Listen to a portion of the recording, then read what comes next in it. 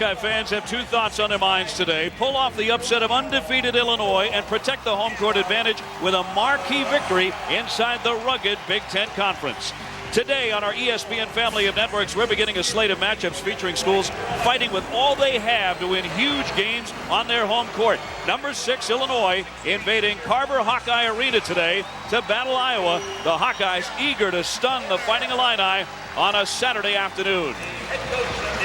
Hi, everybody. Dave O'Brien, Coach Rick Majerus with you, and welcome to Iowa. Great to have you along. And, Rick, just the other night on Thursday, it was undefeated Illinois staying that way by knocking down Michigan State. A much different story, though, for the Iowa Hawkeyes as they went on the road to Wisconsin. Their big three and everybody else shot the ball very poorly in what turned out to be a 14-point loss. The big three of Brunner, Haluska, and Horner just could not find the mark. They lost it 66-52. And Rick, at one stage in that game, Iowa missed 19 consecutive shots. Credit Wisconsin, first of all, for getting a hand up on a shooter.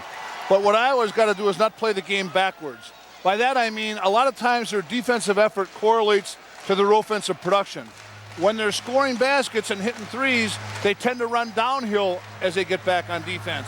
When they miss those shots, they tend to run uphill and get a little slaggardly. So what they've got to do here tonight is stay consistent with their defensive effort, irrespective of whether that ball's falling or not, and they've got to get shots for each other by screening and cutting more. Illinois, of course, undefeated with that Final Four resume. The big man in the middle in Augustine and a sensational All-America in D. Brown. D. Brown is an unbelievable player. He has 3 assists to turnover to 1 turnover as of late. He's their stellar defender. He's the winner of their Maddow Award, which is their play hard chart, almost every game and every season he's been there, and he's their leading scorer. No one in America can compute to those 4 categories on their team and say they're undefeated or that they have a team of this kind of impact. Illinois all about consistency as we check out the lineups. 4 of their 5 starters have started every game on the 15-0 run. Augustine hitting for 14 points and 9 rebounds a game. Iowa just got back their point guard Jeff Horner recently. He missed 4 games with a knee injury, and their big three has to perform a lot better than they did at Wisconsin, where Iowa could get buried early. This telecast available on ESPN HD, presented by DLP Picture Technology. And on their home court over the years, Iowa is 50-17 against Illinois.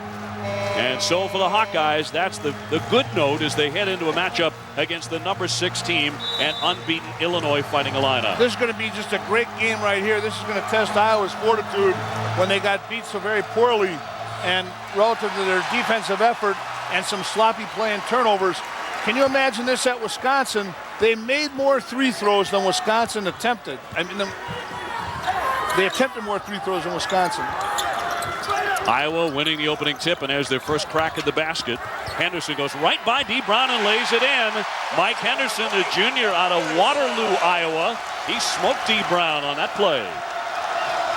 Well, Agers' length didn't bother D. Brown the other night when Michigan State had him, so it'll be interesting to see how he does here with a bigger man on him. Now D. Brown, who scored 34 points in the victory, and that's going to roll in a nice, easy shot from Sean Pruitt, the 6'10 sophomore, to get Illinois on the board. The big man is the tallest guy on the court. Look at their ball pressure denial. Henderson on the baseline. Leaves it off for Haluska. He gets inside and lays it up, but it will not fall for him. And the Fighting Illini are out to run. Now that's the type of shot they missed the other night and didn't get back on. Boy, Pruitt with the soft touch, Rick, off the feed from D. Brown. And it happens here again today at this first possession. Haluska had a good shot. And Pruitt scoring the first 2 times that he touches the basketball here in the first half. Haluska with the ball in his hands will pull up and pop, and it won't go again, so he's over 2. But I like it. He's a recipient of 2 screens there. But here again, the bugaboo from the other evening, transition D. Randle tried to save it and could not. Brian Randle out of bounds with it. And so the Hawkeyes will be on the attack here against Bruce Weber's undefeated Illinois team. Illinois 78-9 under Weber. A winning percentage, look at that. It looks like a misprint of over 89%. That's remarkable. The Google stock of college basketball right there. That does look like a misprint. It's so imposing. Henderson. Now they swing it to the top of the key, and Eric Hansen. He gives off for Horner.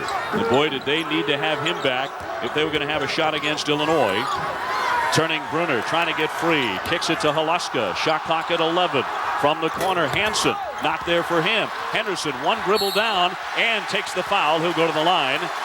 And 2 minutes in, Mike Henderson has become the surprise go-to guy for Iowa. Nice teamwork right here. You're right about Henderson, but he's taken within the context of the offense. And actually, Haluska right now has missed a couple of good shots, but what I like best of all is they've got a combined effort here of ball movement as well as screening. When Haluska missed that one before, he was a recipient of 3 screens prior to the shot. And Steve Alford's team, not a good shooting team. 41% from the field. They're getting about 7 points per contest from Henderson, who spent the summer with the Big Ten All-Star team traveling Europe. Went to Spain. He wasn't supposed to go, but big man Eric Hansen was. They were short on little guys on guards. Hansen said, well, Mike, you go and take my spot. A very unselfish act, and it's paid off because Henderson has developed a little quicker than they thought. Yes, he has. But what you said first is really a key note here for the fans as they watch the game. Not a good shooting team, and here's the reason why. Their percentage might be misleading because they are good shooters. However, they don't get fast break layups, and they don't get the ball inside enough. Brunner stepping in the lane to pick off a D. Brown pass, but a traveling violation on Henderson will give it right back to Illinois in a game that is tied at 4. When that ball goes inside, and a guy like Brunner can score in there, and then when you get some fast break layups, nothing helps your shooting percentage like those factors there.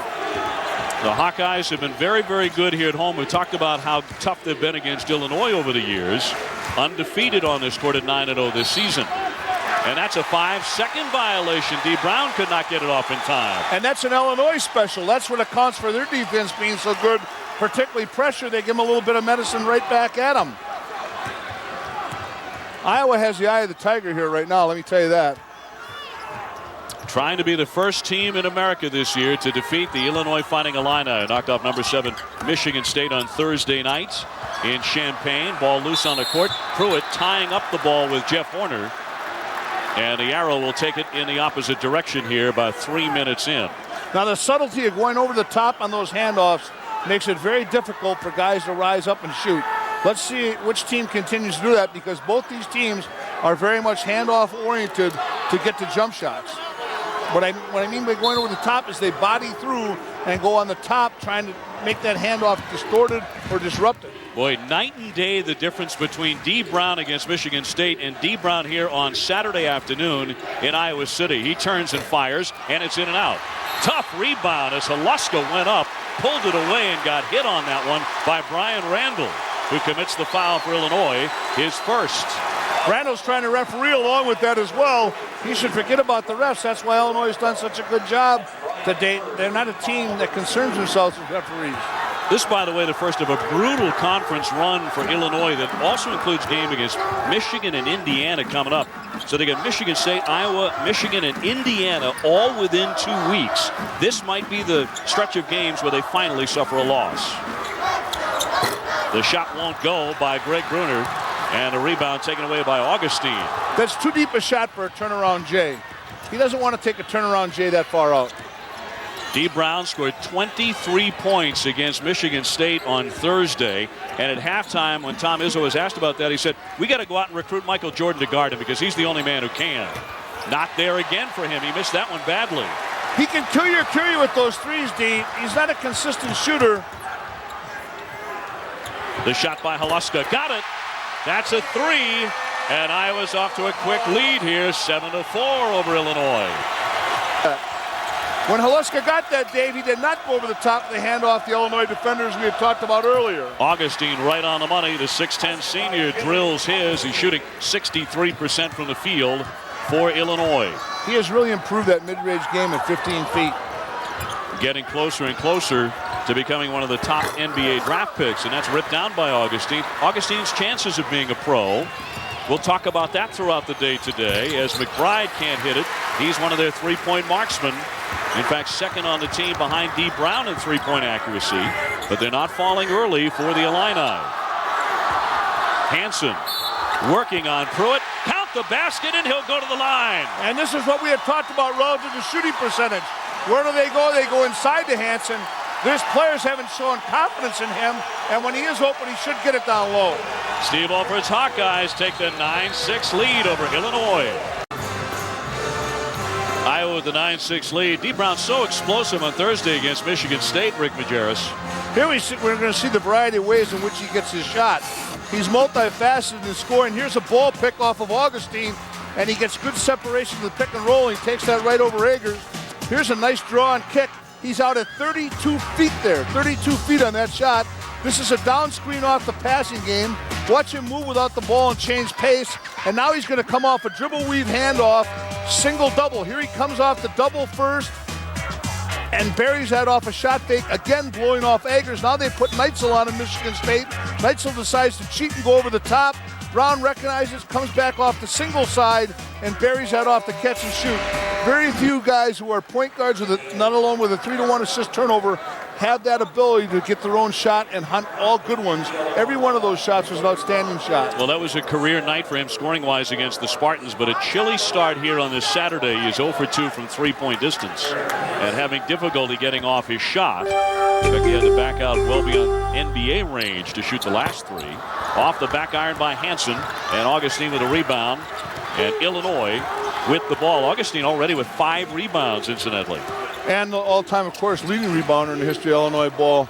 I'll tell you what, he ferrets out those boards in traffic from outside in. He's a warrior. Randle on the drive, stopped, and it's knocked away by Horner. Looks like that knee is recovered very nicely on the bounce, and it's knocked away. Haluska went up for the shot, and it was knocked right back in his face. Wide open underneath Hansen, and the dipsy-do, the reverse is what good. A nice pass, and I love the way Hansen went up and used the rim, worried about the block shot. Two very cerebral plays. Iowa extends the lead by 5. Jamar Smith, the hot shooting freshman, gets into the game. Randle is off the back iron. Rebound battle for it. How about Brunner underneath at 6'7", 240, using his body to collect the board. Got 10 caroms against the Badgers the other night, and I'll tell you what, those don't come easy. Horner fired it behind his man cutting Haluska. Now, here's what I'm worried about, Dave. The body language right now. Horner just lowered his head. Haluska may stop shooting here, and this is what happened against the Badgers. These guys play backwards and get down on themselves. Forget that turnover.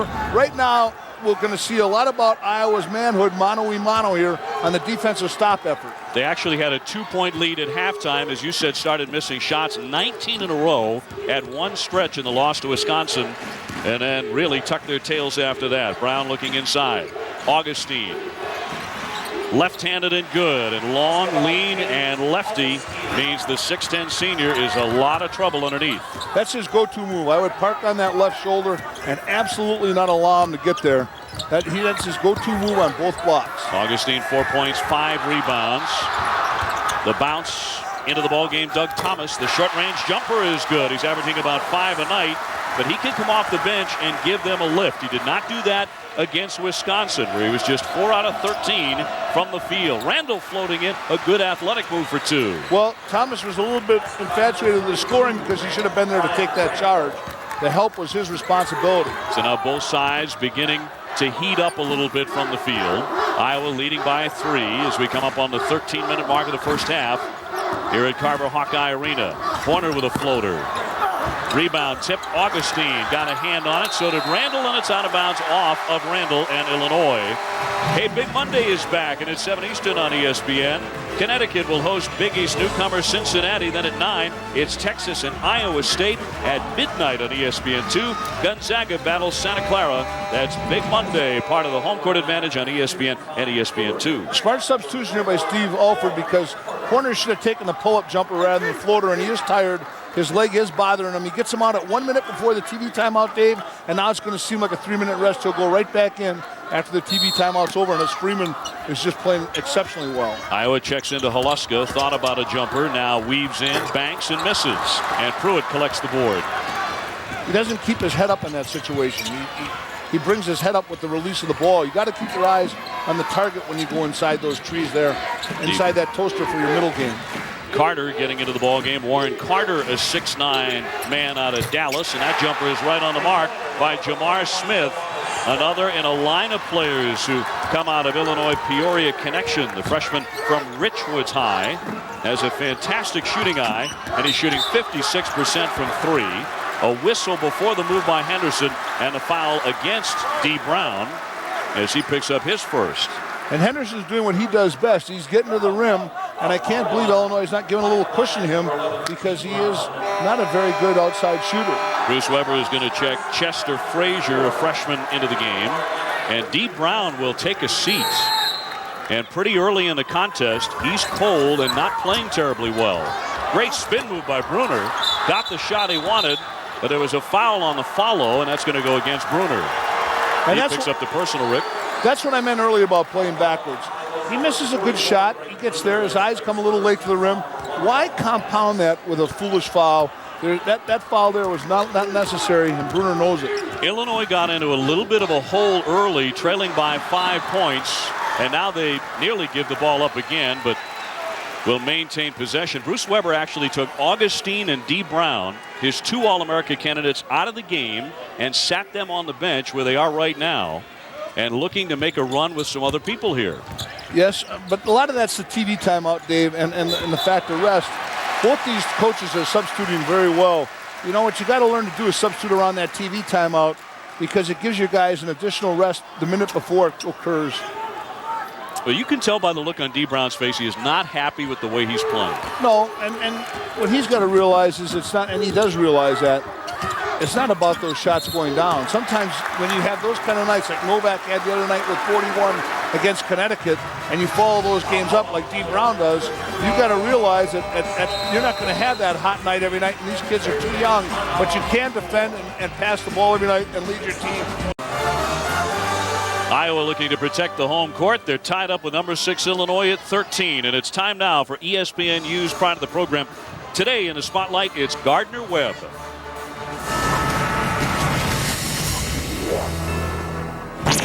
Humble beginnings for a hoops giant. Hall of Famer Artis Gilmore's career actually began at Gardner Webb, then a junior college powerhouse. In 2 seasons with the Runnin' Bulldogs, Gilmore averaged over 22 points a game. You could have won a bet if you asked somebody, where did Artis Gilmore play before he went to Jacksonville? You could have won a lot of bets on that one. But everyone remembers him along with Pembroke Burroughs and a terrific guard named Rex Hughes when they won the national championship. Pembroke Burroughs, by the way, has the job that Shaq covets. He's a state trooper in Florida. Well, now, of course, Gilmore went on to have an outstanding NBA career. How about today, a guy shooting 60% over 12 years in the NBA? Unbelievable. And I'll tell you what, he was a great collegiate player on that low block as well at Jacksonville. Played great defensively, shot blocker. Horner with the ball for Iowa and pulls up his dribble. Tipped out of bounds, and Iowa will have it here with 11:50 to play in the first half. Rick Majerus, Dave O'Brien with you from Carver-Hawkeye Arena. And a pleasure to be with you as the undefeated Illinois Fighting Illini at 15-0 try to continue that streak. The second tough game in a row inside the Big Ten after defeating Michigan State this week. Shot clock is down to 12 here. Brunner trying to make his move. Gives it off to Tony Freeman. Now back to Horner. Shot clock at 5. It's Brunner weaving in, and he's fouled. They had just 4 seconds left to shoot it. Now, we're talking about the undefeated teams in the country. Duke at the top of the list at 13-0 is the number 1 ranked team. Then Nova and surprising Florida at 14-0. They just pummeled Georgia. Green is the reason for Florida. They've got a lot of other reasons, but I'll tell you, that point guard has done a good job of controlling tempo and defensive transition. Pitt has only got, of course, that 1 road game unless you're counting going across town against Duquesne. I like Ohio State right now, but Duke is clearly in a class by themselves, in my opinion, with the schedule they played and the team they have. Horner back up top to Haluska, who's averaging 14 points per game. Horner with a pull-up shot. In and out that time. It was almost in the cylinder, and the rebound tipped in as Horner followed the miss. Iowa's doing an outstanding job, Dave, of driving the ball pressure but not taking it right away. They move the ball a little bit, and then on the second and third side they drive the ball pressure, which is such a big part of Illinois'. It looked like Chester Frazier certainly walked with it and gives up the basketball as we go back to the last Hawkeye bucket. Now take a look at this. You'll see good ball movement. Now watch the ball pressure. Nice screening. Now he drives the closeout off the ball pressure, and he gets a good shot. I love the competitiveness of that follow-through. That's a kid coming back from missing 4 games with a partially torn knee ligament in Jeff Horner. Illinois has turned it over 6 times. Horner gives it up to Thomas, and a bad shot there. Certainly a bad miss. 15-13 Iowa. D. Brown back in, goes all the way through. The rebound is tipped. That's no good. Iowa's back to the same bugaboo that we encountered when NC State played here early in the year, and they beat a very good NC State team in Omaha, I might add. Their defensive transition, they don't stop the ball. They've got to stop the ball, get it out of the middle of the court, and get it under control. They have the floor balance to do it, and by that I mean in their offense, they always have 1 or 2 guys coming to the top of the tee getting back. But for whatever reason, they don't get in their stance soon enough, and I think communication may be a problem. Warren Carter committing the foul for Illinois.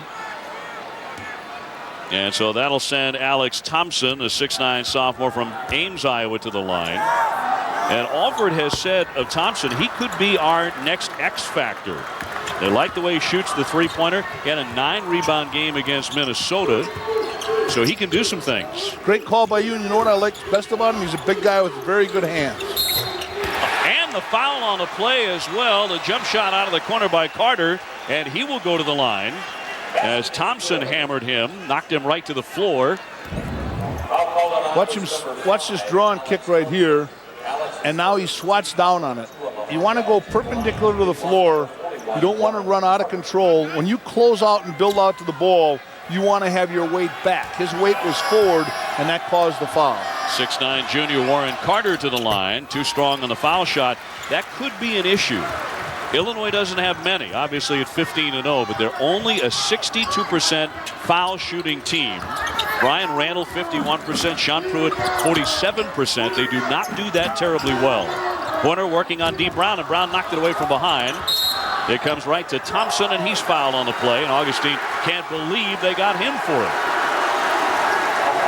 So James Augustine, the All-America candidate, picks up his foul with 9:59 left. That's number 2 on Augustine here in the first half, and Weber is not a happy camper. Well, the Illinois players and the coach are too concerned with the officials right now. They've got to forget about it. They must have forgot what it was like to go on the road in the Big Ten. They just had that, advantage, if in fact there is one, of being at home in Illinois 2 days ago. Weber to get Marcus Arnold, a junior out of Chicago, in, and Augustine is going to have to sit down with a pair of fouls.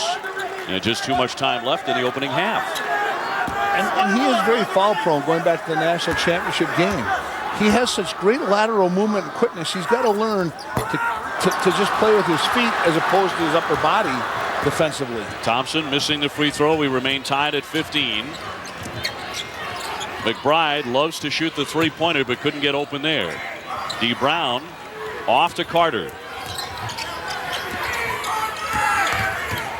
Back up top to Randle, and now the clock running with 14 seconds to shoot it. Brown trying to get free, and he's scared away from the basket. Carter with it, 7 to shoot. His turnaround is not going to go, and it's rebounded away by the Iowa Hawkeyes. Both teams are playing very good defense for the most part. Iowa's problem is not the half court, it's the defensive transition. Horner looking for help, gets it to Hansen, the 6'11 senior. Look at the beautiful ball movement, nice spacing here. A very deliberate offensive set here for the Hawkeyes, nearly thrown away. 6 seconds left to shoot it. Hansen off to Horner, shot clock counting down to 1. Will they get it off? He fires a long one, and it does catch a piece of the iron to keep it alive. Sprawling on the floor, a tie-up for it here. And a whistle on the play as well. And a foul will be called here against Iowa. That's going to go against Hansen as he's hit with a personal. Well, D. Brown not cooking right now for sure. He's cold from the field after a big night, 34 against the Spartans on Thursday. And Rick 0 for 3 from three-point land today. He's drawing special attention as well he should from Iowa. What they're doing is whenever he comes off the pick, they're giving a half a man to him with a shadow of the screener, for example. And in transition, they're keeping a pretty good shadow on him as well. Smith with a turnaround off the catch. The rebound batted right to the Hawkeyes, and Horner has it. So the Hawkeyes trying to untie it. Neither side has scored in quite a while here. The defense has been too tough and continues to be. Smith to D. Brown, and that was not his first bucket of the day, although he should have made it. Smith with a turnaround and a miss. And Illinois is missing left and right. Even All-Americans on layups can't get him to go. Horner fires. NBA 3, why take that so quick in transition after you've done so well? He got caught up in the emotion of it, didn't he, with the crowd? Great call by you, Dave. Exactly right. An emotional shot. D. Brown fouled in a game that has been stuck at 15-15 seemingly forever. Eric Hansen with a foul there. But it's been a rough day for D. Brown, one of the top players in the country. Can't even get the layups to go right now.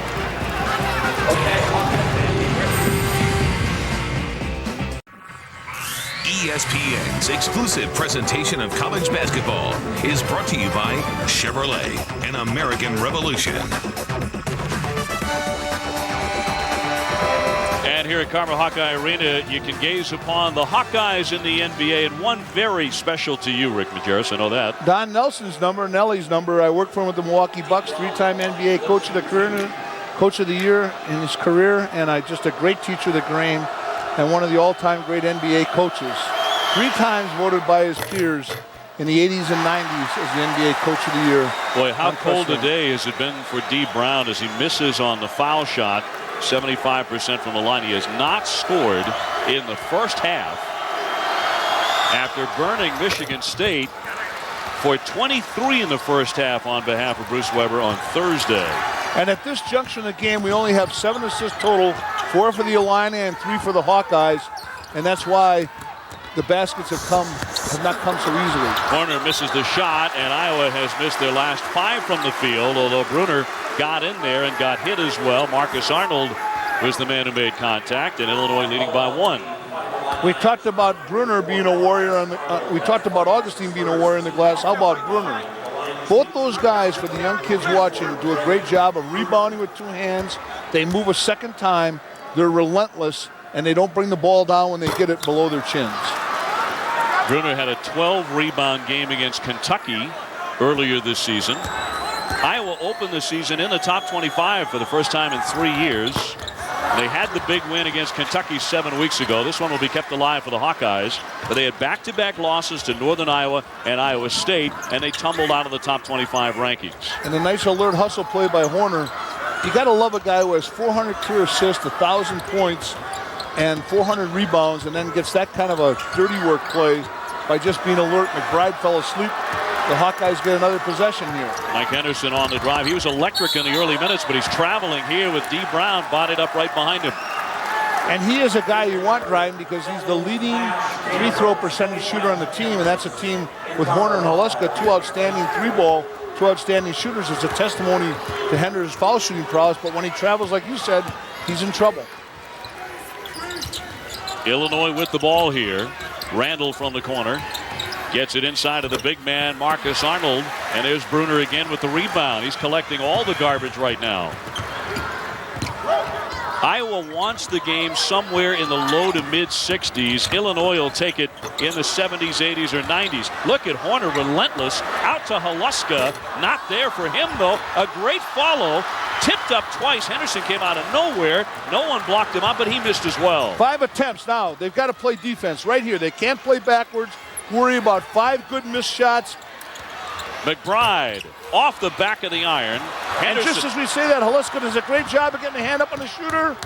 Henderson fired up a pass, and it's out of bounds. Didn't know what to do with it when he got airborne. Well, there's a lot more hoops coming your way on Tuesday. At 7:30 Eastern on ESPN2, North Carolina faces Virginia Tech. And then at 9 on ESPN, it's Vandy against Kentucky. Super Tuesday presented by Lexus, part of Home Court Advantage on ESPN and ESPN2 on Tuesday night. That Va-Tech, their loss at Duke there, they should have actually won that game. Fans are going to enjoy that because it's going to be quickness, the pressure defense of Va-Tech, and the Carolina precision fast break. They lost on that midcourt heave at the buzzer in a game they thought they had wrapped up. McBride dribbles away and now gives it off to D. Brown. Chester Frazier, freshman into the ball game for Bruce Weber. He's also played Jamar Smith, a first-year man, some minutes here in the first. There's the shot by McBride, but another miss for Illinois. Now, Iowa is in another cold shooting situation. 1 for their last 11, 0 for their last 7. Go back to Thursday against Wisconsin. Rick, they missed 19 in a row. And on the last possession here, they missed 5. And let me add, all 5 were good. Illinois really pressuring the ball. Brunner looking for a place to get inside from the foul line. That's not a good shot. Tough shot. McBride taps the rebound himself. In traffic, hand up on the shooter. No angle. Carter out high to D. Brown. Will he start to cook? Carter getting inside the three-point line. The shot is not going to roll in by McBride. He's cold as well, so Illinois can't get anything going from the three-point line and beyond, and Iowa takes a timeout here with 5:07 to go in the first half, and suddenly both teams have gone stone cold in Iowa. The Hawkeyes trying to bite off a big upset over undefeated Illinois, but both teams can't hit. Iowa 0 for their last 9, Illinois 0 for their last 8. And, Coach, almost 15 minutes into the game, we have 31 combined points. And we've had good shots. It's not as though they've gotten a hand up on a shooter in many cases. As a matter of fact, the coaches are going to be a little bit unnerved by that. Haluska's actually trying too hard. He's aiming his shot. And he's forced a couple, yeah. There's Horner. Got the layup. Got inside for 2. Beautiful ball movement, a nice draw and kick. That'll usually get you a high percentage shot. Now notice how fast Iowa ran back as though they're sprinting downhill when they score. They got to run back with that same tenacity when they miss. You're right. They're a different team when they score the basket, when they get back defensively, than when they miss. Randle backing in. Use some strength there to drop in a bucket. Yeah, you can't let that guy back you down. When you're mismatched so like Haluska was, you're better off front in the post on a mismatch. Randle, a co-captain and only a sophomore. He spent all of last season on the bench with a broken hand, missed the entire campaign. A magical season, obviously, for Illinois as they played on in the national championship game. Horner, long range, well beyond that arc, and Carter goes up over everybody to snatch the rebound. You don't want to tip it when you can grab it with 2 hands there and flush dunk it or lay it in. No Brown, need for that tip. Off to Carter. Fakes his way to the baseline, but he bowled in, and the foul will go against Iowa. Almost a charge there, but it goes against the Hawkeyes. We're going to see Randle inside here coming up. Take a look at the ball movement. Now watch him back him down. He's mismatched Haluska. He gives ground. Beautiful hook shot to his left hand. Right there, Haluska needed to front him. Dave Revson, Tom Brennan, Doug Gottlieb coming up on the UPS halftime report. Some NFL draft news for you. We'll show you what happened to Kentucky at Kansas. May not be suitable for younger or more sensitive viewers. Guys, thoughts on the first half? As Coach Majerus so aptly pointed out, the Hawkeyes are doing a great job on D. Brown. They're chasing him around. They're making him move a little bit further, and that's the difference. Yeah, I don't think this is an upset. I mean, Iowa's team beating NC State, beating Kentucky. We talked about Kentucky, but Iowa's a pretty good team, especially at Carver-Hawkeye. That first true road game for the Illini not going so well. And same could be said, guys, of Maryland. We'll tell you about that at the half as well. All right, gentlemen, thank you very much. Warren Carter with a miss at the line here for Illinois, as the Fighting Illini have taken a 1-point lead with 3:53 to go in the first half. He connects on the second end. There was a span here, Coach, that Iowa went 6 minutes and 24 seconds without a point. They were 0 for 9 from the field. And unlike the other night, they're trying very hard on defense and rebounding the ball and not getting careless turnovers. So that bodes well for the Hawkeyes at this point in time. Freshman Tony Freeman gives it up to Horner. He's quickly doubled up and dribbles away from that. We'll see if Iowa can catch fire here. Horner wants to shoot it, rebounded away at a big play by the Illinois Fighting Illini's Brian Randle, and a foul on that play. And look at our friend Brunner in there. I just love Brunner's heart. If I get a heart transplant, I want to take it away from him. We're actually going to call that a travel and no foul. And that brings up Weber in a hurry. So Randle commits the turnover back over to Iowa, and they'll mop up the floor here where Randle hit the deck. Lots of contact, but the whistle was actually a traveling violation. Brunner bowling his way in for a one-handed bank shot. Great drive on the closeout. Once again, when you're leaning forward on the closeout, you're going to get driven. And Brunner almost knew it was coming. Iowa's going to this little zone here. This 1-2-2, good call. Particularly with this lineup in the game right now. You know, McBride's one of their go-to shooters. He hasn't shot it well. He's out of the game. Frazier, the freshman from Baltimore, it's in and out as that went all the way around the rim. And now Freeman will try and push some tempo here for the Hawkeyes in a game tied at 19. He got airborne, and it's picked off by D. Brown. The freshman from Illinois, Freeman, makes a classic mistake. Another missed layup by D. Brown, a whistle and a foul, but D. Brown shaking his head like, what in the world has happened to me since Thursday night? He may be pressing a little bit too. This is a big game. I tell you, this is a statement game for both teams. Illinois is trying to go on the road and win, and Iowa's trying to protect their home court and come back and show a lot of mental fortitude and toughness, irrespective of the fact that they let that Wisconsin game get away from them so bad in terms of their defensive effort. So Haluska to the line, part of the H gang for this Hawkeye team as they start Hansen, Haluska, Horner, and Henderson plays a great deal as well. Haluska says that the very first uniform he ever wore as a toddler was a Hawkeye uniform. He's out of Carroll, Iowa, but of course he transferred from Iowa State after his freshman year. So he says he is right at home here at Iowa. Son of a high school principal, in eight events he owns a state track title. Hurdles, sprints. I like Steve Alford's move there. I like that little extended defensive press to slow him down, and I like his 1-2-2 zone. Carter back to D. Brown. Augustine has spent a huge chunk of his first time, by the way, on the bench. Brown able to get the dribble down before the traveling violation, but again, Illinois can't connect. They sent two guys at Brown, as well they should. They're making sure that D. Brown does not go off, and I would as well, because he is their leading scorer, assist guy. Freeman can't hit. A low-scoring first half to be sure, but close and hard fought, and Illinois wants a timeout here with 1:53 to play before the intermission. What we're going to see here is Brown coming up, looking to shoot, hand up and a shoot. Now look at how Horner runs right at him. They're going to concede this. Brunner closes out. But what they don't want to do is they don't want to get beat by the man. Just as on offense, you have shot allocation, shot distribution to your best players, so too defensively should your defense be geared to stopping a guy just coming off that outstanding night that Brown had against Michigan State. Well, that was 34 points, a career high, 23 in the first half. The Spartans, the number 7 ranked team in the country, had no answer for D. Brown. And yet, look at him today, 0 for 4. He has scored 1 point and turned it over 3 times. Albeit he has missed a couple of good shots, like the layup you talked about earlier. But nevertheless, these guys know who's wearing number 11 as well they should. And they're saying, we're not going to get beat by number 11 tonight. And as mentioned, Augustine, playing with a couple of fouls, continues to sit alongside Bruce Weber.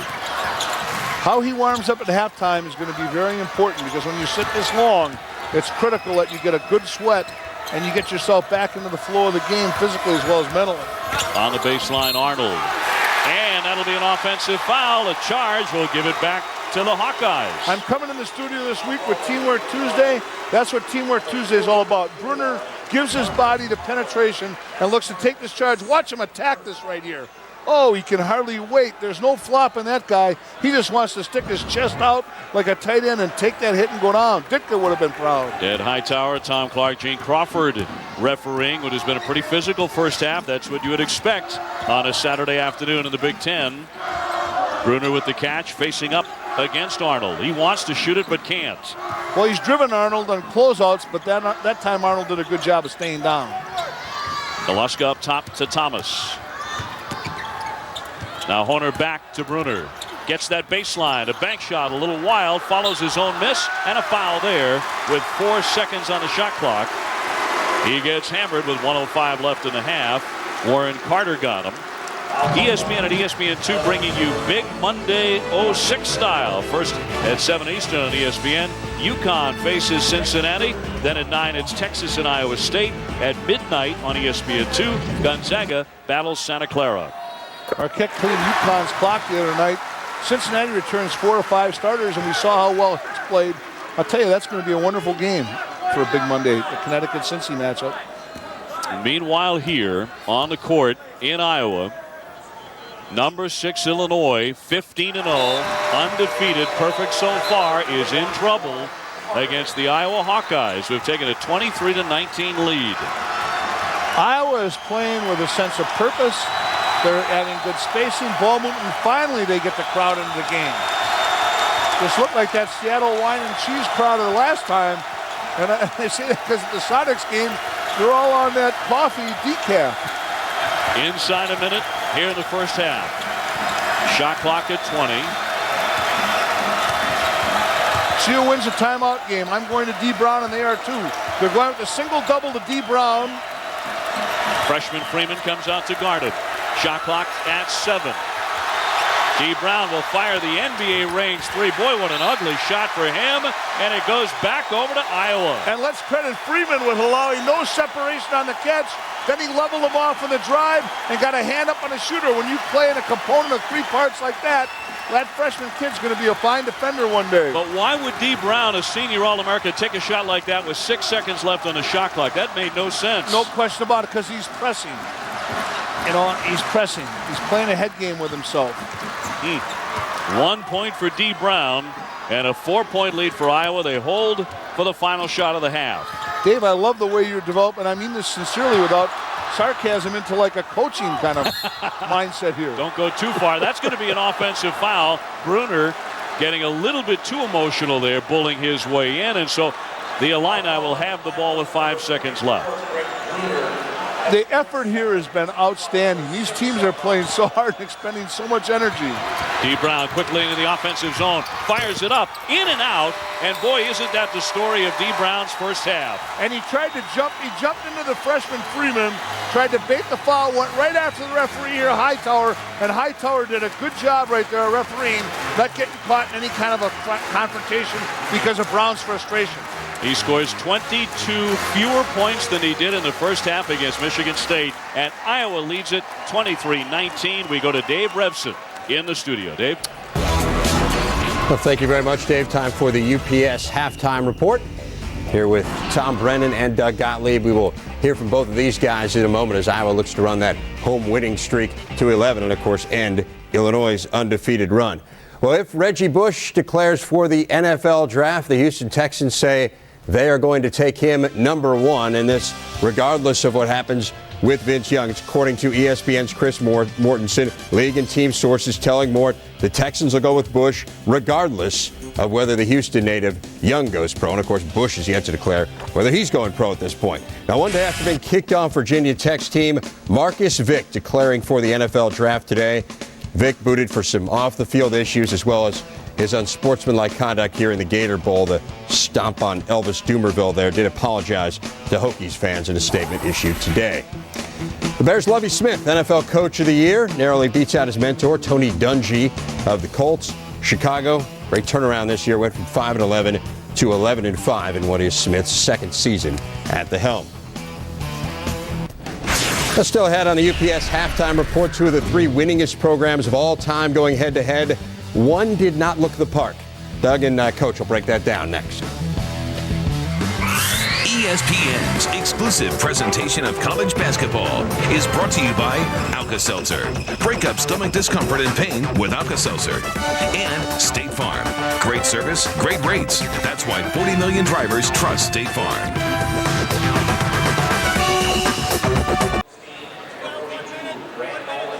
D. Brown and Illinois behind by 4 points at Iowa, 23-19 as we get set for the second half. Coach Rick Majerus and Dave O'Brien with you, and D. Brown not really with us at all in the first half. He was 0 for 6, Coach. No question about it, and he's pressing a little bit, and he's frustrated with officials, and we got to look at some of the shots coming up here that he has been taking. Now, he misses a couple good layups. We're going to see him right here miss a layup, but see that face right there and how frustrated he is? Now he misses another good layup, and he's letting that get to him psychologically. Here he takes that bad shot with 6 seconds to go on the clock, which is a lifetime, and then this is the end of the half. And why we put this one up, that shot had to be taken, but watch him go right at the referees here, chirping, and his frustration is mounting. you know, he's got to realize he's a marked man coming off of that game, and he no longer has Darren Williams, Luther Head, and Roger Powell alongside of him. I think we'd all be shocked if he had as poor a first half in the second half. But a combination of Augustine and Dee Brown, they average about 30 points a game. They scored 5 points in the first half. Haluska with a kick out to Horner. Too strong that time. Rebounded away by Illinois. And a whistle there with just 20 seconds into the second half. Well, the first half story is this. Woeful met wretched because 29% shooting by Illinois and 25 from the Iowa Hawkeyes. And I would say that each team had, in my chart, approximately 8 good shots each that they just simply missed. Traveling violation off the rebound. Tipped out of bounds. That is off the hands of Haluska. And it goes over to Illinois, but Steve Alford and his Iowa Hawkeyes 11-4 coming in, but undefeated on this home court. They have an upset in mind. That's what is at stake. Illinois, a perfect 15-0 record. Trailing at halftime, Rick, is Augustine, playing in foul trouble in the first half. He only played 8 minutes. And he committed a couple of foolish fouls, one for sure. And when I say foolish fouls, you can live with what I call a good foul, but you can't get the frustration foul, the push or the shove, or the wraparound reach trying to deflect the ball. And shot clock down to 6 again as Dee Brown makes his move. Augustine spins, tied up, back out to Dee Brown. Off the front of the iron with 1 second on that clock. And another miss. He is 0 for 7 from the field. He has scored 1 point. That's going to be a tie-up, and the arrow will go to Illinois on the hold here. So Iowa still leading by 4 in the opening seconds of the second half. Alford showing his frustration with Henderson for taking that drive.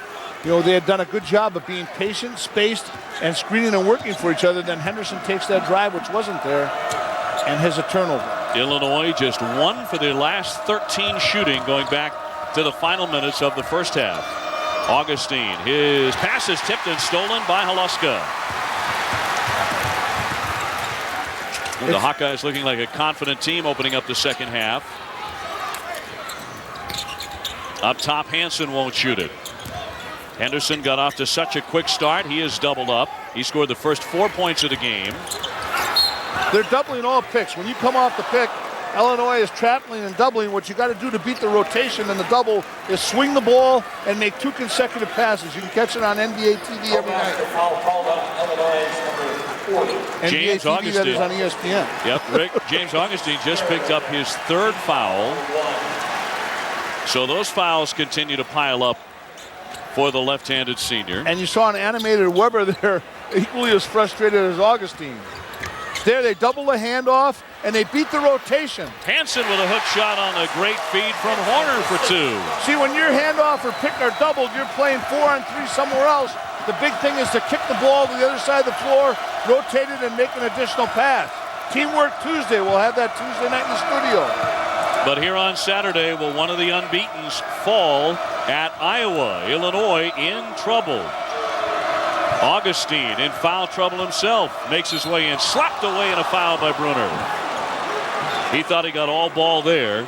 Let's go back to the last Iowa inbounds play. Take a look at this play right here. They get a double. They're going to double this handoff here like a pick. Here you see 2 guys going. They space and spread the floor and the rotation. That's what you have to do. You have to make the extra pass or keep both guys down low on the block. Nice job by Iowa.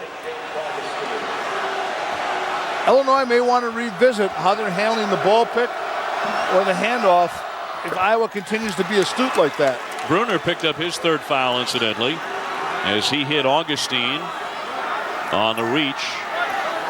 The 6'10 senior, the career rebounding leader at Illinois, playing with 3 fouls at the moment, but he's smooth at the line to make it 25-21 Iowa. Said he looks at rebounding films at Dennis Rodman and studies him. That was his rebounding hero. His father was a football coach, by the way. Hansen feeds inside to Brunner. Got position, did not get the spin, got his rebound, and he was relentless.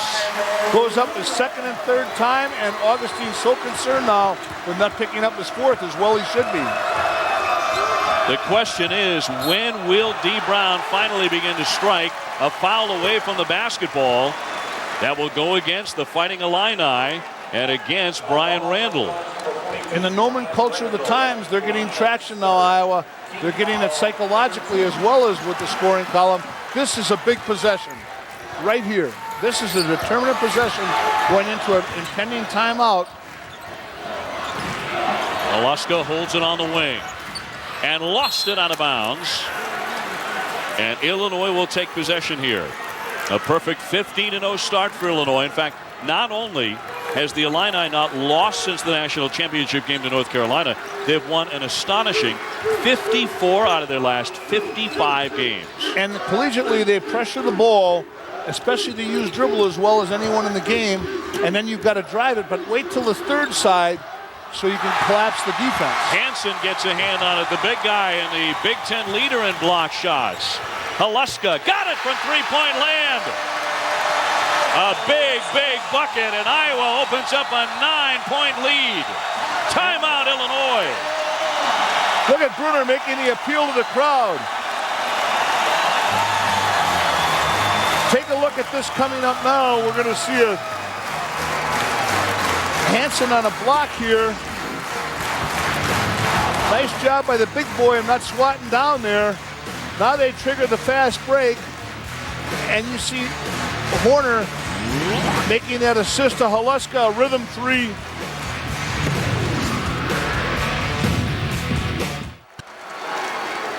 Well, Haluska and unranked Iowa has a 9-point lead over number 6 and undefeated Illinois, 30-21.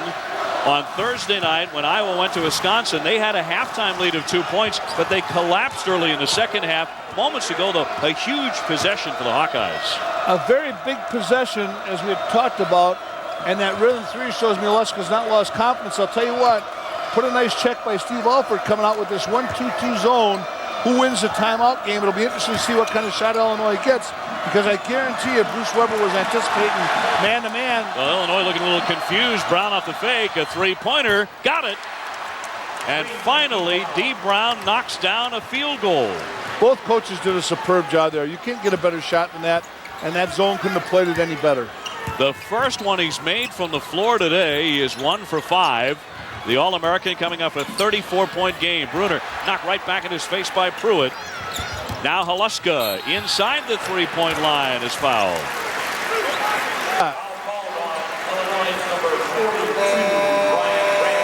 Randle with the foul, and back to D. Brown moments ago. Now look at shot fake right there. Brown creates space for himself. He has time. He has separation. Look what happens.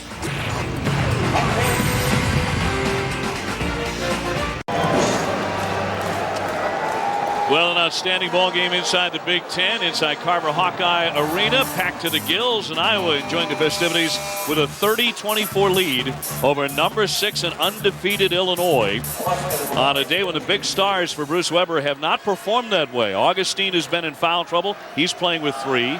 D. Brown has made only 1 shot from the floor. And Iowa is at the line. They have been all over the glass. Adam Haluska to take another foul shot. The honorable mention all Big Ten last year. He's an 83% foul shooter, and he nailed them both. But just a couple of minutes ago, D. Brown able to drain a 3 and get Illinois back on the scoreboard, which has been tough sledding today just to score.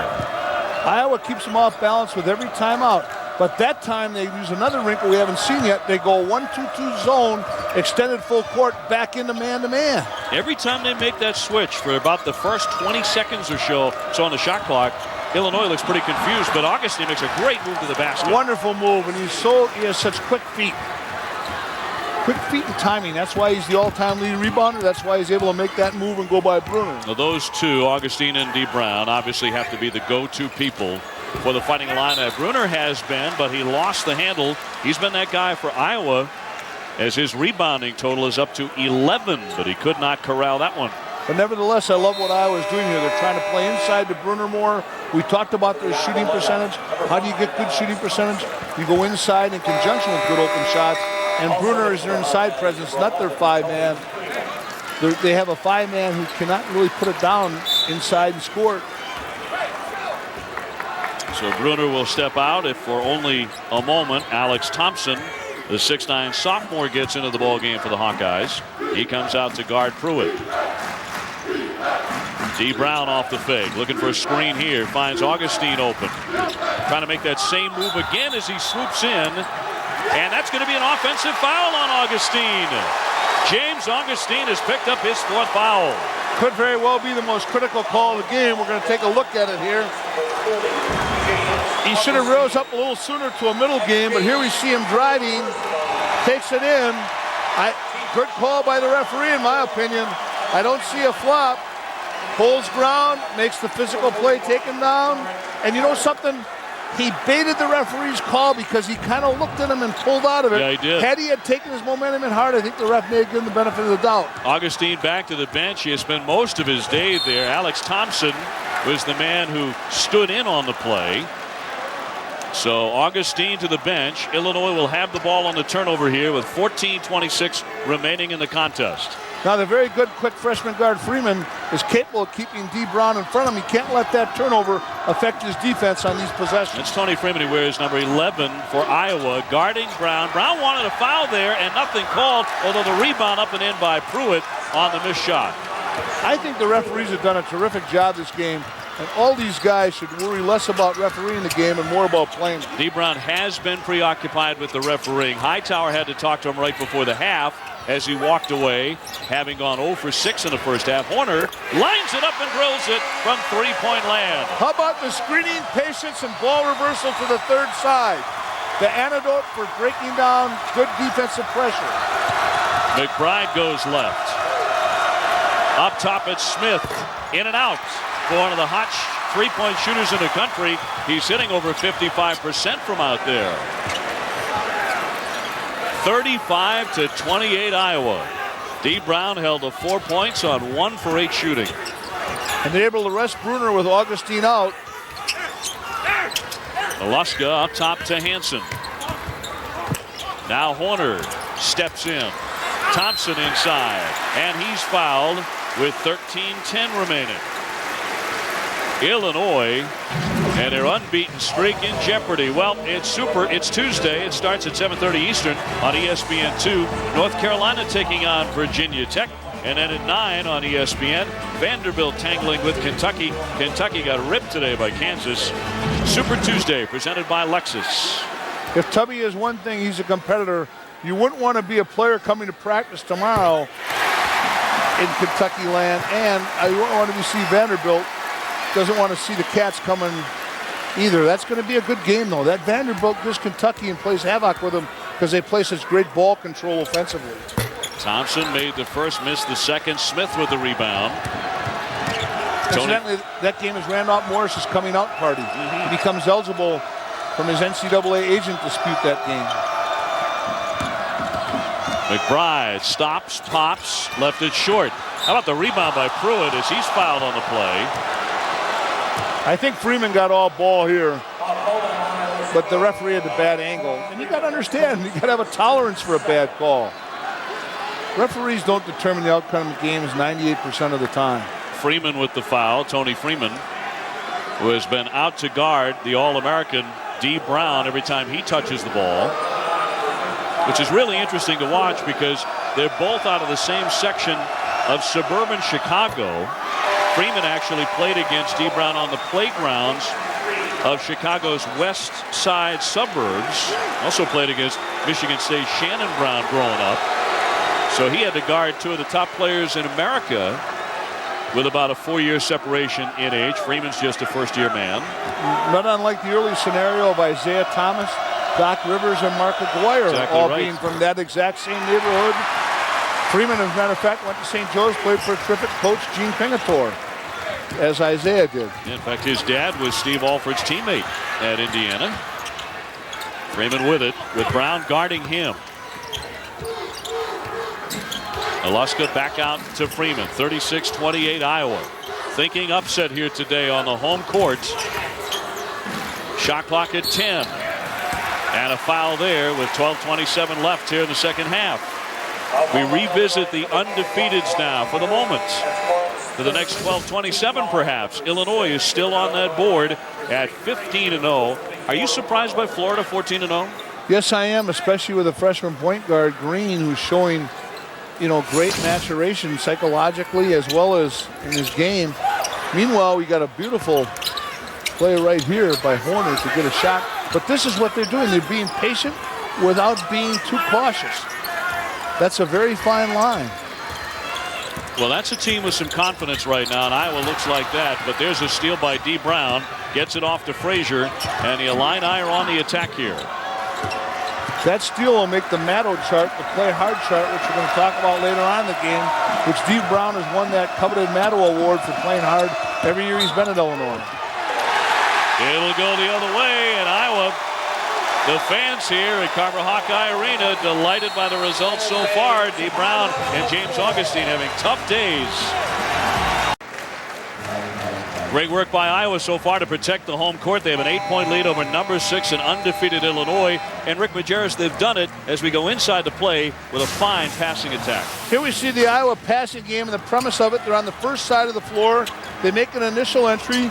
Now they screen and bring the ball back to the second side of the floor. The clock's down at about 18. Thompson sets a terrific screen. Horner buries it. And now you distort the defense. You don't let help defense come into play, and you eliminate helping the helper by ball movement and screening. Iowa being conservative with their shots, but as you point out, getting good second half shots. They've made 4 out of 7. Illinois 3 out of 8 since halftime. Who wins this timeout game? Big again.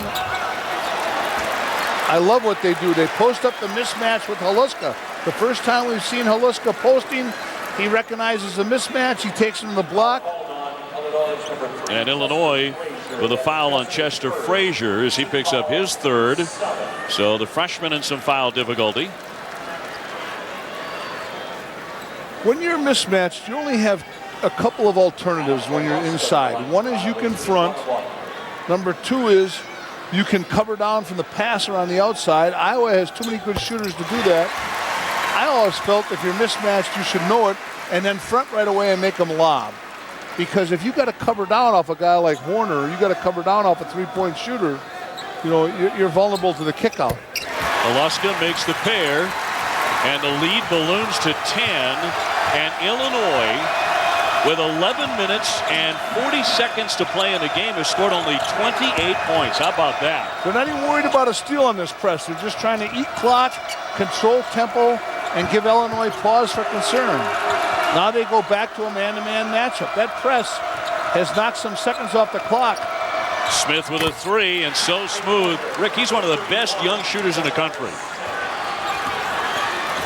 Jamar Smith at 56% on threes. Had 23 against Arkansas Little Rock, but really came out against North Carolina with a big effort. Count that basket on a hard drive by Doug Thomas. Boy, did he come out of nowhere with that move. Absolutely, and what they do is they take Illinois' strength defensively, which is ball pressure, and say, here, let's drive you right there. Look at the ball pressure. Look at the closeout. He just drives it, and the help doesn't get there fast enough. Arnold fouls him for his 3rd, and a very happy Doug Thomas will go to the line, only giving Iowa about 5 points a game. And boy, has D. Brown spent a lot of time talking with Hightower in this contest. Throughout the first half and here into the second half, D. Brown is not happy with the officiating, but he has really emphasized it in his mind to distraction. And he's not in the NBA yet, where there is preferential and star treatment given, irrespective of what those refs may say. The Iowa fans starting to get noisy here inside Carver-Hawkeye Arena. Their team leads by 10. Augustine playing with 4 fouls. Gives it up, and it's up top to Smith. D. Brown yet to get on track. Such a frustrating day for the All-American. The great fake to free a 3, but again he misses. He's pressing. I mean, he's got to move more without the ball, and they've got to move more for him. But what's carried Illinois all year is their great defense, and their defense today, their defensive strength has been ball pressure, and they're negating that by driving. Freeman went right by him. Contact, no foul. And here's D. Brown with a theft from behind as he took that right away from Thompson. Smith with a pull-up. Short, barely grazing the rim. Isn't it funny how the best 3-point shooter in the country can't hit the wide-open 15-footer? Unbelievable. Inside the Big Ten on a Saturday afternoon. That's happened before. And D. Brown just 1 out of 9 from 3-point distance. Henderson out to Freeman.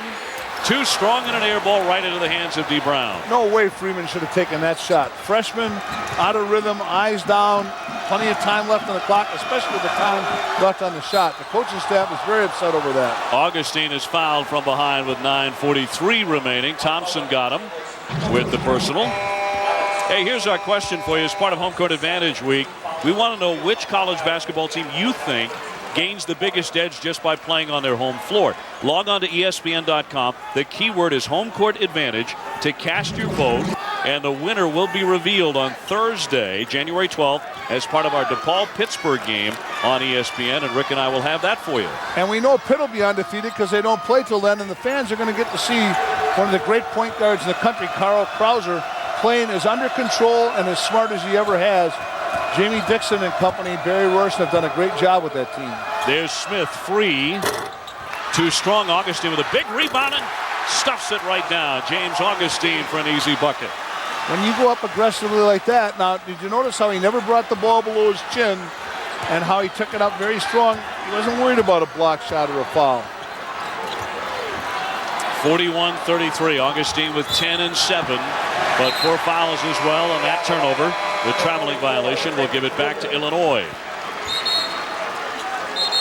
We're going to see why Augustine is the leading rebounder in Illini history right here. Take a look at him. 2 hands, doesn't bring it down, takes it up strong, flushes it. He goes after every rebound. He's relentless. He always moves his second time if you get a body on him, and he tells us he studies the angles because he watches film of Rodman all the time. Also career field goal percentage leader for Illinois. Frazier on the dribble drive. Looked off a defender and banked it in. Wild shot. Brunner tried to get the charge. Good non-call by Hightower right there. Well, you knew Illinois was not going to lie down. You knew they would make a run. This is a smart timeout, you would think, by Alford. Very astute. Now, this is going to have to be, this timeout is going to be particularly impressive because they're going to have a time for one more possession before the TV timeout comes under 8. Right now, I'm going to go inside to Brunner. I'm going to my money guy because I'll tell you something. If he goes inside, his second best shot is if he misses it. He follows up his miss as well as anyone collegiately and plays through that hit. And with Augustine and company in foul trouble, they won't be a threat to him. Hey, Big Monday is back at 7 o'clock Eastern on ESPN. Connecticut will host Big East newcomers Cincinnati, and then at 9, it's Texas squaring off against Iowa State. Texas with a huge win on the road in Memphis recently, and then at midnight on ESPN2, Gonzaga will battle the Santa Clara Broncos. It's Big Monday, part of Home Court Advantage on ESPN and ESPN2. How will Rudy Gay respond when Calhoun called him out? He said he only showed up for one thing in the Marquette game, the starting lineup.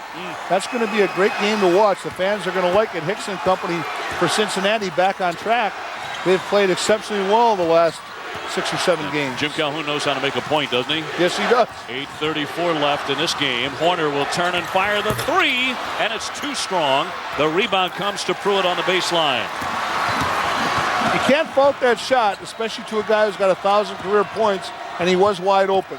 D. Brown off to Smith. He gets another one. He buries a 3, and he's starting to get into that dangerous rhythm that the Fighting Illini fans have come to know. I'm going to Brunner on the block here at money time. Brunner out high. Haluska fakes. And nothing wrong with that. Reach-in foul by Frazier stops the clock with 8:02 left. You know, Steve Alford was a great shot faker when he played, and his guys are superb at that. They do a great job of shot fake, drive, middle penetration. You know, and you can see that they're well coached in that regard. It's an interesting point, but why are they not a better shooting team, only 41%? Because, as I said, the percentage doesn't include, they get very few fast break layups. They don't have a 5-man that they feel comfortable throwing the ball to inside the center. They go inside to Brunner, an undersized 4-man at 6'6", who is, you know, someone who is a good scorer inside. So when you don't get inside baskets and you don't get fast break baskets, and they're not particularly a great steal team either, then your shooting percentage comes to a more realistic plane. Adam Haluska with another foul shot coming. He really took over the scoring load when Pierre Pierce was dismissed from the team last winter. In the first game without Pierce, Haluska scored 24 against Michigan State. So he can get it in the hole. 8:02 left here, 43-38 Iowa.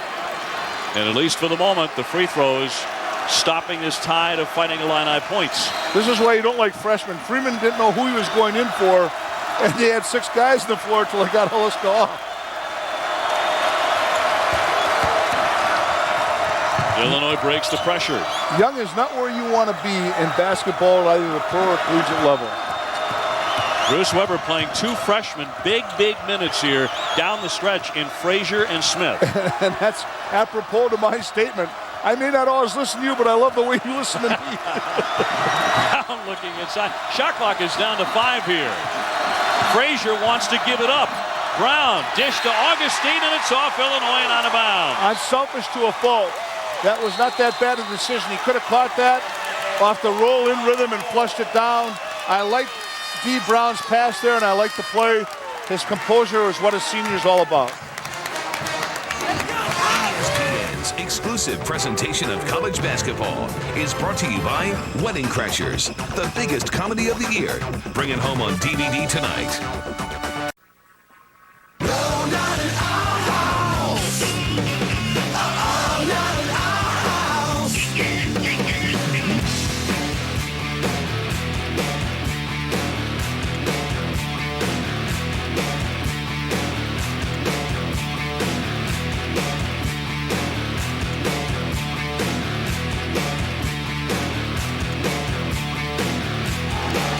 Undefeated Illinois has not lost since the national championship game against North Carolina, but today may be the day they fall, as Iowa has an eye on an upset, 43-38. And by the way, how great was that video?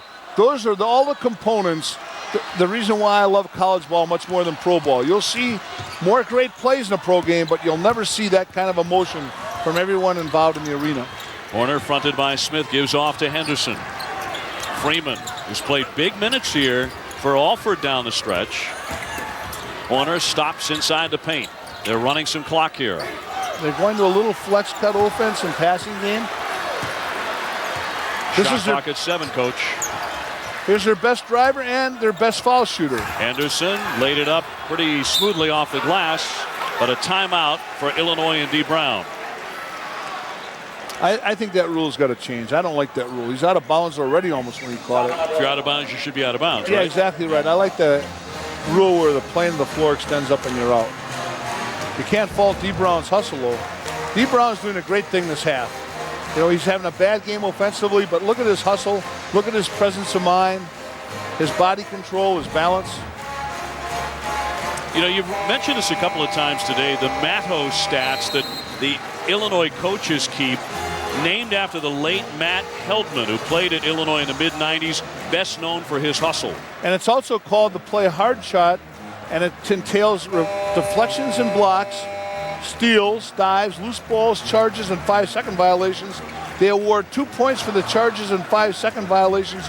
Brown has won this every year, D. Brown. He's been at Illinois, and in most times this year, I think on 12 occasions already he's won it. Now this is a guy who's your leading scorer, has a 3-to-1 assist to turnover ratio in the last 4 weeks, and that just shows you what a complete player he is in his heart. So there's the charts, and just 4 points today for D. Brown, but he's made some Matto points. We've seen those. You just saw the keeper of the charts. That young man takes that job so religiously, and it's a very coveted award by all Illini players, as well it should be. Iowa shooting very well in the second half, quite unlike their loss to Wisconsin on Thursday. They've been a very different team. Well, they needed to be, taking on the number 6 team in the country. Shot clock again whittled down now to 3. There's Brown, and another miss for D. Brown. Henderson wants to run against Smith, lays it up and got it. When you shoot out of a corner like Brown just did, you've got to get back. He was the one who did create the floor balance. Henderson scoring for the first time since the opening minute of play when he had the first 4 for Iowa, but he set the tone. Augustine inside. He's fouled. That's going to go against Iowa. Not on Augustine. Had it been on James Augustine, he would have been done for the day. That would have been his 5th. Thomas with the foul. Here we're going to get a look at what I talked about. They have a man coming to the top of the key for floor balance. Brown shoots, but see him stand there and take a photo of it. he's got to get back in defensive transition. Whenever you shoot out of a corner, you got to have two guys back and get your backflow back. Brown should have been taking that ball at the top of the key, and that's why I got that break. So Augustine at the line here. Had a big game, particularly in the second half against Xavier earlier this season when he scored 23. Illinois was down 15 in that game, and because of Augustine's heroics, came back to win 65-62. But he's in foul trouble here today. 11 points for Augustine. Iowa running motion. Brunner on the backdoor to Horner, and that was just too easy. And on Teamwork Tuesday, we're showing that pick by Haluska. That's what Teamwork Tuesday is going to be about. Well, they're going to call that a held ball, and it'll take it the other way. And what a series for Brunner. No foul, and you look at the way that Iowa has passed the ball so well today, Coach. Take a look at this here. Brunner gets it, turns and faces. Look at Haluska's back pick to Horner and the spacing on the left side of the floor. All the components of excellent offense, and now they've got a possession again. But credit the picker, the dinosaur of the sport, Haluska, a star who'll scream. D. Brown knocks it out of bounds as he harasses Jeff Horner. 5:21 left. And that may be all that is left in the undefeated run of number 6 Illinois. D. Brown 1 out of 11, coming off a 34-point gem against Michigan State. They've done two good things. They've tried to backdoor Illini's pressure, and they've driven the hard ball pressure on the ball. They've tried to backdoor the overplay and driven the ball pressure. Only 4 to shoot from the corner. Got it. Eric Hansen. He might not be able to make it on the block, but I'll tell you what, his middle game is good. Under the pressure of a dwindling shot clock, Brown banks it in on the drive, and that's more like the D. Brown we know. Great hesitation dribble there. Well, it's turning into a dandy here with 4 minutes and 38 seconds left. Illinois scrambling, clutching, doing everything they can to get back in it, down by 8. Brown got a little jump shot happy. I was glad to see him looking more this half to A, pass, and B, get the ball to the rim. Brunner working on Augustine. Banked it too hard, and Augustine chases down the loose ball, and he's fouled from behind by Henderson. 4:16 remaining. And there's more hoops coverage coming your way on Tuesday at 7:30 Eastern on ESPN2. It's North Carolina facing Virginia Tech. And then at 9 o'clock on ESPN, Vandy tangles with Kentucky. Super Tuesday presented by Lexus. It's part of Home Court Advantage on ESPN and ESPN2. You know, over the years, this Iowa team has had a lot of success. They are 51-17 on their home court against Illinois. Augustine to the rack. Can't get it. Pruitt's shot is rejected, and there was a foul underneath the basket. Terrific play by both clubs. And what makes it so impressive is how they're trying to close down this lane and take charges. Brunner just can't get one because the officiating is so good. He's in that NBA cone where it's a non-consequential charge, and the refs are doing a good job of not calling that. They got a foul there on Adam Haluska as he knocked Pruitt on the elbow before the rejection. And so Haluska with the personal. When you're that deep under the rim, I agree with that, and I think that is one thing that might help college ball. Now, that cone, though, for take the charges hurt the NBA. You know why? Because it's eliminated some of the shot blocking in the game, sure, which is such a big part of NBA basketball. It's interesting the dichotomy between the two games. Pruitt just a 47% foul shooter, but at the line for another one, missing that one. Brown stepped in, knocked it right away from Horner, tried to save it off Horner. They both go tumbling out of bounds. So terrific hustle by Horner and Brown, and some fine sportsmanship as well. The effort this game expended has been 100%. I'm going to say that right now. The physical effort has been 100%. It's been a very physical game, very hard played. You know, there's been some mental lapses, but this is why I love the college game. Iowa with possession here. Under 4 minutes to play. They lead the undefeated Illini by 7. Interesting, they're letting Henderson bring the ball up and handle it more. Brunner swatted away by Pruitt. And another tie-up. What a We've beautiful had a block. bunch of those, haven't we? Yes, we have. Terrific block and a clean play.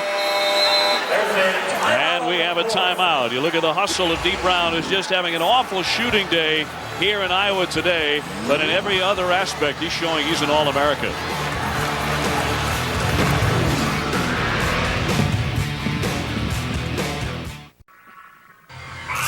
ESPN's exclusive presentation of college basketball is brought to you by Wedding Crashers, the biggest comedy of the year.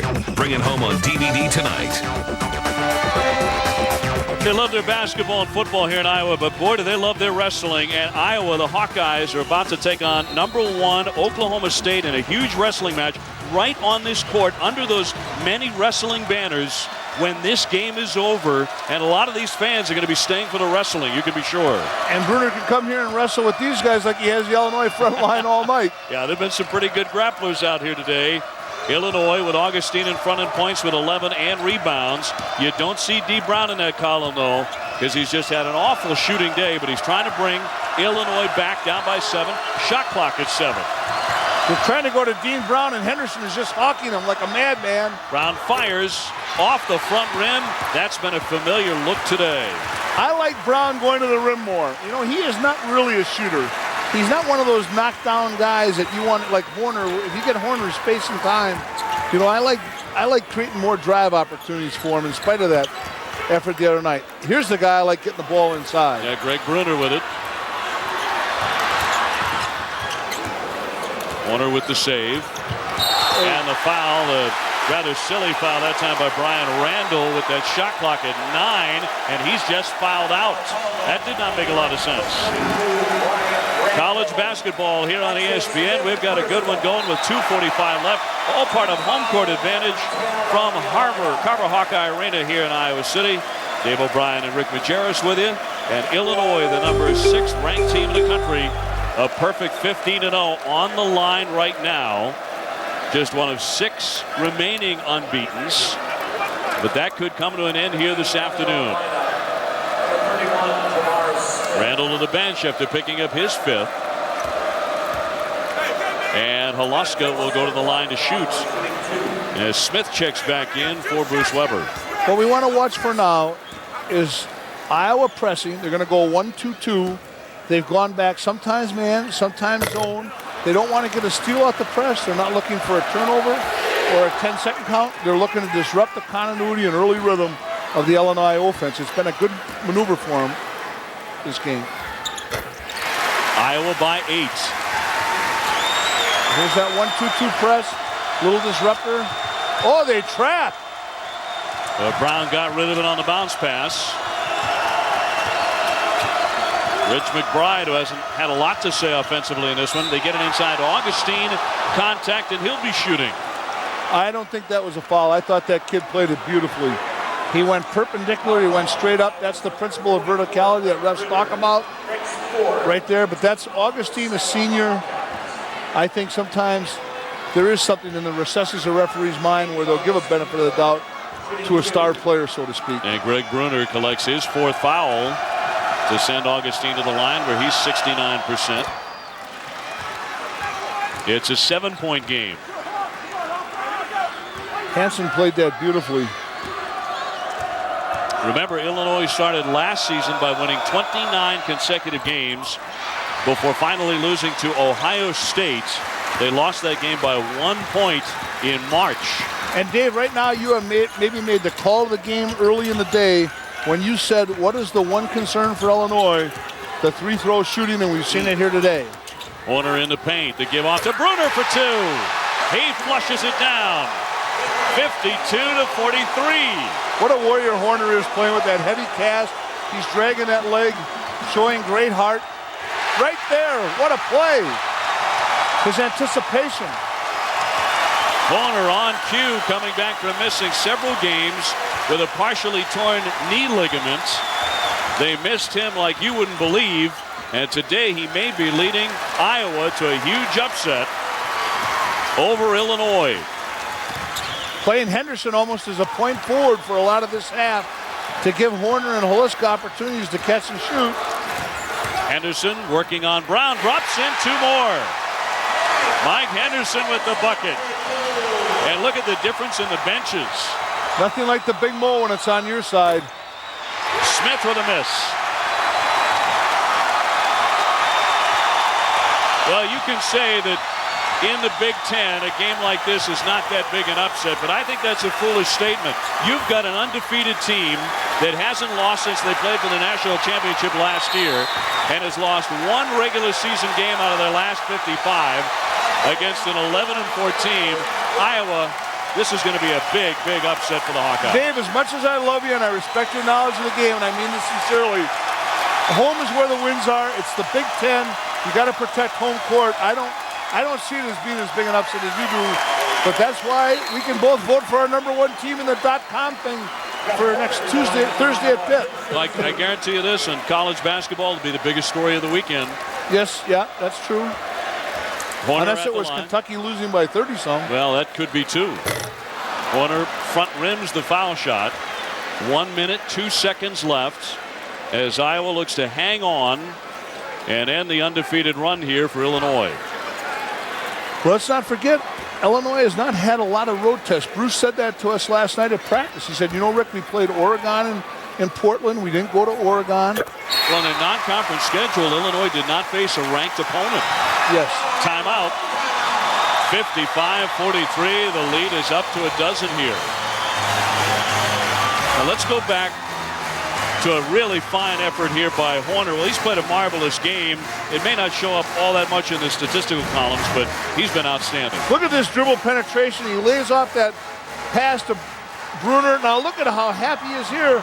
But what you're going to see, he's going to convert back defensively. He keeps his head in the game, and he's going to make a terrific steal here just by virtue of good defense. He gets beat with his bad wheel there, but doesn't quit and moves a second time defensively like all warriors and champs do. Illinois will have the ball when we come out of the timeout. Just over a minute remaining here. And inside Carver-Hawkeye Arena, yeah, indeed, home is where the wins are, and the Hawkeyes look to hang on here. Illinois with plenty of fans in the crowd. They freed up about 3,500 tickets before game time today, and Illinois, you know, gobbled those up. At the moment, Illinois undefeated at 15-0. Duke, of course, 13-0, ranked #1 in the country. At the very top of the list, Villanova 10-0. Florida, a surprising 14-0 run. Ohio State's 11-0. And Pittsburgh is 12-0. And will remain 12-0 for a game next Thursday with Krauser and company as they face the Blue Demons of the Fall. But Illinois may be about to fall off that list. Brown gives it off to McBride. D. Brown. McBride will shoot the long-range three and knock it down. And another timeout with 48 seconds left. 30-second timeout. 55-46. And in 05-06 so far, you've got just 3 road games for Duke. Ohio State has played 3, Pitt just the 1. But in the last 8 days, Coach, George Washington, UConn, Texas A&M have all lost games for the first time. A great parody that is college ball today, and the fact that it's so difficult to win. But I'll tell you, we'd be remiss if we didn't commend Iowa on getting their butt kicked at Wisconsin the second half, coming out here with the fire in the belly and playing a very cerebral game. You know they'd play hard, but would they play smart and would they play through adversity? They played through the early adversity of poor shooting, unlike at Wisconsin. Let's not take anything away from the Badgers, though, who did a good job. I studied that film, and Wisconsin did a nice job of getting a hand up on virtually every shot. That's a great point. They missed 19 consecutive shots from the late stages of the first half into the second half, and their loss at Wisconsin. They came out and played with a real purpose in the second half and hit some of those shots that they had missed on Thursday. You know, home is 2. Holmes is where the wins are at the free-throw line. Illinois didn't get to the foul line tonight, and when they did get there, they shot poorly. They've got to address their foul shooting. You discussed that earlier. Warner bumped and fouled by McBride. 43 seconds left. Let's go to the Big Ten a little bit, get inside it a little bit, Coach. And, you know, Illinois is apparently about to suffer their first loss and Big Ten loss of this season. But are you taking the Fighting Illini to win the Big Ten? I'm picking the Fighting Illini and Michigan State a close second. I think that's almost a toss-up. I'm taking Assembly Hall is what I'm taking. Yeah. But I'll tell you what you got to look at. Michigan State's schedule, by far the toughest. Ohio State plays by far the easiest. They play Purdue, Penn State, and Northwestern twice. They're the only one of those top contending teams that plays that twice. This is what's happened now in conference play. It's like golf tournaments where we're going to have a U.S. Open champion, but by the way, we're all playing a different course. You know, and that's what's interesting now is how that schedule favors or disfavors you. How about Michigan State at Wisconsin today, home against Indiana, and then they go to Ohio State, and after that, guess who their next two are? Iowa, and help me out with the next best team in the Big Ten. But I mean, they have got a very, very difficult schedule. Smith from the corner launches his three. Augustine, who played so much of this game in foul trouble, and that was a big, big factor as well, makes the basket, 57-48. Played in foul trouble, missed his three throws. But he's doing so good on the block, and Bruce Weber's done a great job this year of incorporating Augustine's low block game into the passing game. They didn't give him a chance to use it when he's sitting on the bench with foul trouble. Played only 8 minutes in the first half.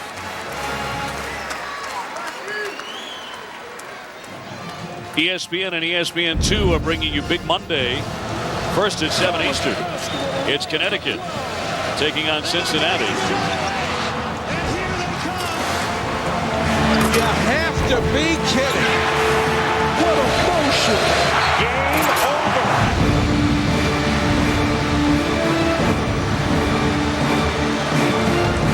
This for the game. Yes!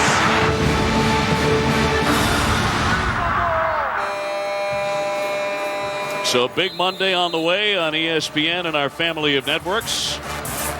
Connecticut taking on Cincinnati, Texas battling Iowa State, and then at midnight, the Gonzaga Bulldogs against Santa Clara. It's Big Monday, part of Home Court Advantage on ESPN and ESPN2. And what a wonderful job Iowa has done today of protecting their home court in their effort to upend the previously undefeated, and for the moment still undefeated Illinois, but just 33 seconds left. And Iowa leads 57-48. This loss will be really beneficial for D. Brown in this regard.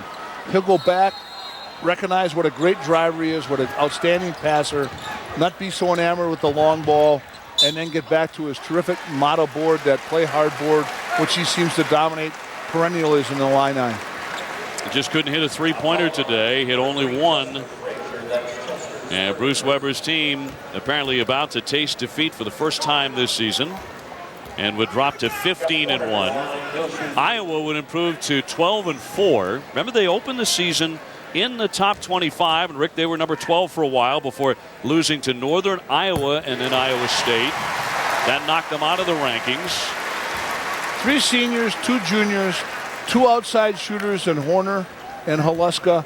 An excellent low post presence in Brunner. This team is certainly an NCAA team and could contend for the championship. Who are you picking? You asked me my picks. For the Big Ten? Yep. Give them to me 1-2. I got Michigan State and Illinois. 1-2 got for a me. little bit adverted. Not a rebounding battle for it. Henderson comes out of there with it. I thought early in the contest, Mike Henderson gave Steve Alford some really important minutes. After they shot the ball so poorly the other night in Wisconsin, he took the ball, strong to the hole and came up with early points to set a rhythm for them. Early points, drawn kick, played some point forward, and he is their, incidentally, he and Haluska are both 81% foul shooters. He's not a very good perimeter shooter, but he's worked hard and he's a very good foul shooter. He's 81 here. The junior out of Waterloo, Iowa, to make it 60-48. And in doing all that, too, don't forget he covered D. Brown, and his size and length, his athletic ability bothered Brown. But the whole team covered Brown. They knew where number 11 was today. Tony Freeman, yeah. They saw the film. Tony Freeman up against D. Brown. That one spits right to Horner. He's fouled again, and with 7 seconds left, this one is done. Iowa will salt away the win at the line here today, and Illinois will lose for the first time this season. This is why sports are so good in life, and why there's a transcendent quality to it to later life. Illinois is experiencing the same frustration playing backwards that Iowa had against the Badgers 2 days ago. Now let's see how they overcome it in their next game, because Iowa did a great job psychologically coming out here today and putting the pass behind them and playing through adversity of a lot of early missed shots. Let's not forget, the teams were a combined 2 for 18 from 3 at halftime. Brunner stepping out and the fans chanting for Greg Brunner. Boy, did he play some man-sized minutes today, particularly underneath that basket for Iowa. I love his heart, his enthusiasm, his toughness. He's Don Nelson light, old number 19 from the Celtics. And the reason he's light is Nelly was a great shooter, great foul shooter, and his banner hangs in the Boston Garden. Brunner's might hang here one day. Was Don Nelson's number retired here at Iowa, where he was a star back in the early 60s. And retired with the Celtics. And I give Nelly this because I work for him and I love him. He's on a beach in Hawaii. Hey, Nelly, how are you? Knows how to live. 63-48 will be the final score as Illinois is undefeated no longer. You want to know if this one was an upset or not? Look at the fans here at Carver-Hawkeye Arena. The World Series of Poker is coming up next. This has been a presentation of ESPN, the worldwide leader in sports. For more of this game, catch Post-Game Extra on ESPN News. For Rick Majerus, I'm Dave O'Brien. Thanks so much for joining us today. That's your final. Stay tuned for the World Series of Poker next.